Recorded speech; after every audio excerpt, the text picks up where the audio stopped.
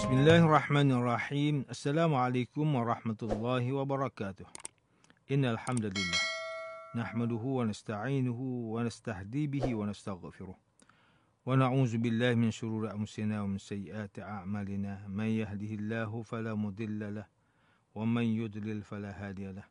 Asyhadu an la ilaha illallah wahdahu la syarika lahu wa asyhadu anna Muhammadan 'abduhu wa rasuluh. Allahumma salli wa sallim ala sayyidina Muhammad wa ala alihi wa ashabihi wattabi'in wa man tabi'ahum bi ihsanin ila yaumiddin. A'udzu billahi minasyaitonir rajim. Ya ayyuhalladzina amanu taqullaha haqqa tuqatih wa la tamutunna illa wa antum muslimun. Amma ba'd. Yang berusaha Tuan Haji Ahmad Nazri Muhammad Yusof selaku penerbit rancangan tafsir Al-Quran dan seterusnya sidang pendengar yang dirahmati Allah. Alhamdulillah, syukur kepada Allah Subhanahu wa taala. Kita berada di penghujung bulan Ramadan setelah kita bersungguh-sungguh pulun melakukan amal ibadah kita dalam bulan Ramadan. Kerana Ramadan bulan rahmat, Ramadan bulan ibadah, Ramadan bulan yang penuh dengan keberkatan. Semuanya kita nak capai, kita nak dapat dalam bulan Ramadan. Maka di antara amalan sunnah Nabi sallallahu alaihi wasallam ialah baginda sallallahu alaihi wasallam beriktikaf di masjid, terutamanya pada 10 yang terakhir daripada bulan Ramadan. Jadi kita pun kena sama-sama berusaha untuk kita dapatkan pahala beriktikaf. An Aisyah radhiyallahu anha qalat kana an-nabiy sallallahu alaihi wasallam ya'takifu fil ashril awakhir min Ramadan. Aisyah radhiyallahu anha berkata, Nabi sallallahu alaihi wasallam beriktikaf pada 10 yang terakhir daripada Ramadan. Beriktikaf artinya berada di masjid.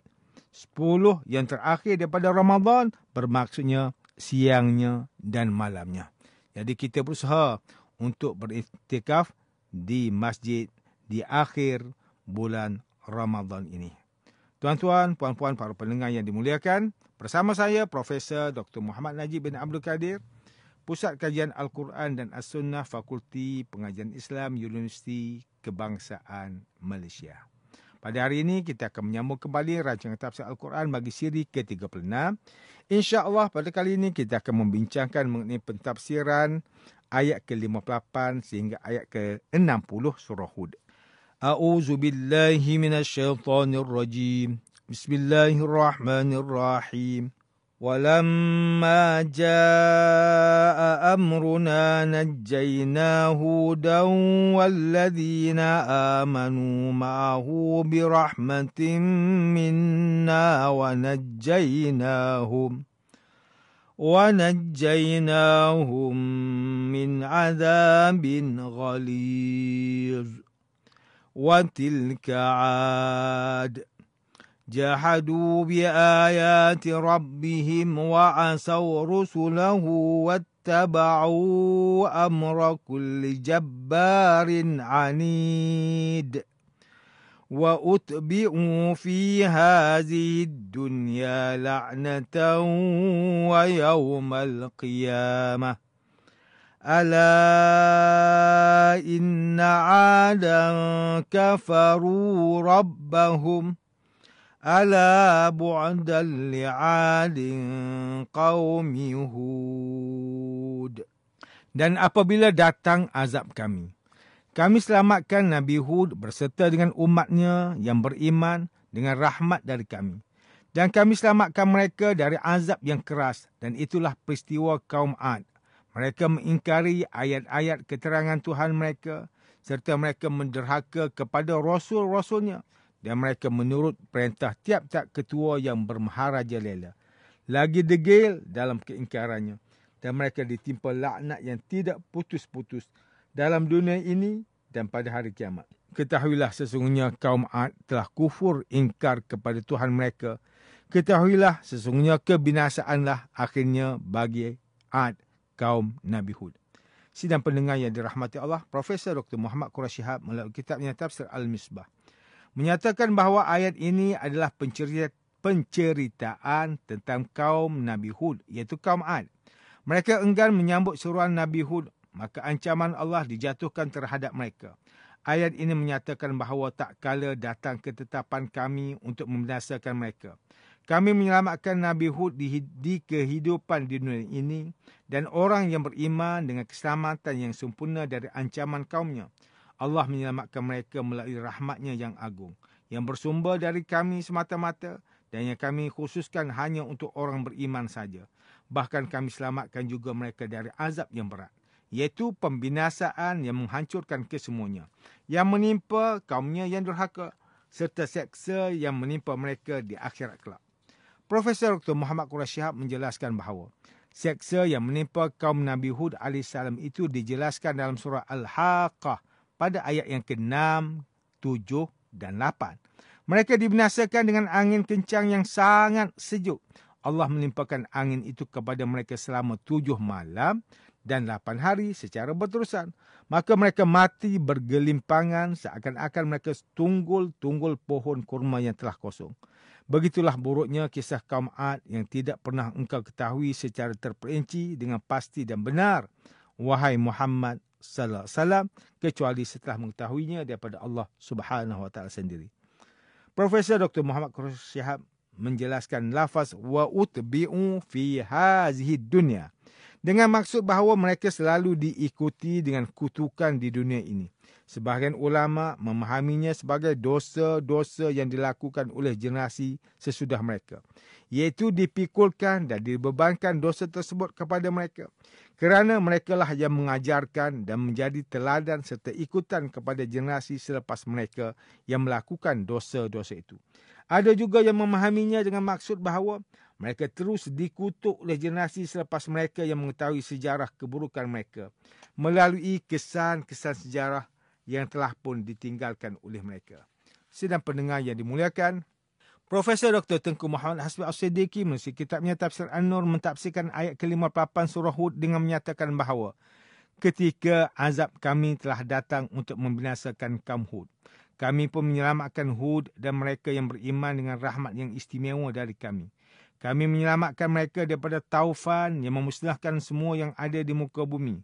Seterusnya, tafsiran ayat ke-59 surah Hud dinyatakan bahawa kami telah menimpakan azab kepada kaum Ad kerana mereka mengingkari ayat Tuhannya dan menderhakai rasul-rasulnya serta mengikuti para pemimpin mereka yang sombong dan sewenang-wenang memaksa mereka mengikutinya. Manakala bagi ayat ke-60 surah Hud, Profesor Dr. Tengku Muhammad Hasbi As-Siddiqi menjelaskan bahawa kerana kekufuran mereka, kaum Ad itu berterusan menerima kutukan di dunia dari abad ke abad dan menerima laknat pada hari kiamat. Setiap kali mereka disebut orang, mereka akan dikutuk. Sesungguhnya kaum Ad telah mengingkari nikmat Allah atas diri mereka dengan mengingkari ayat Allah dan mendustakan Rasulnya.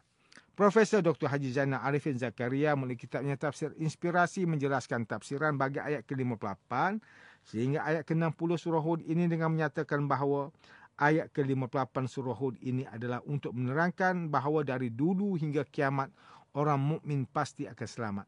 Rencana Allah sudah sempurna yang akhirnya akan menyelamatkan hamba-Nya dengan memberikan rahmat apabila dia beriman dan bertawakal kepadanya. Manakala ayat yang ke-59 menerangkan bahawa orang yang melawan Allah pasti akan binasa, mereka beranggapan sebaliknya daripada mentaati perintah Allah yang pemurah dan yang memelihara mereka.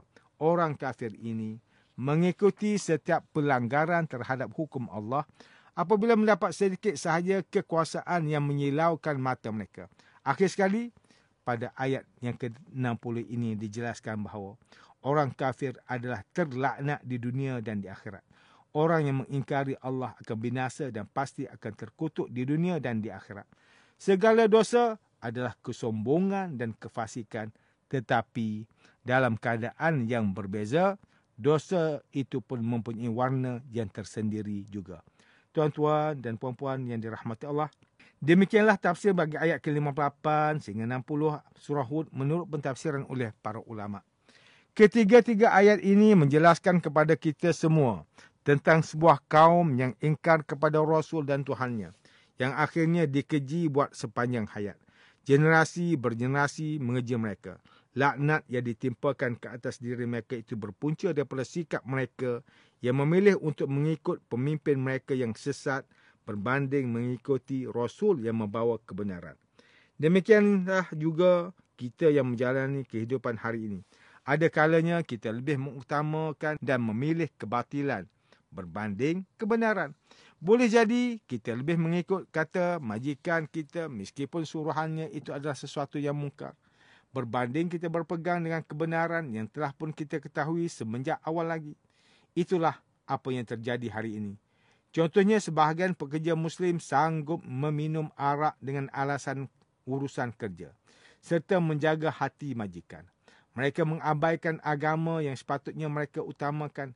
Lantaran itu, apalah bezanya dengan orang yang telah pun disebutkan kisah mereka dalam ayat ini. Seolah-olah majikan sudah menjadi panduan dan ikutan. Janganlah sampai jiwa kita cenderung untuk mengikuti yang batil, sehingga menyebabkan kita meninggalkan kebenaran yang jelas dan nyata. Sama halnya dengan orang yang berhijrah ke luar negara, yang hidup di negara barat.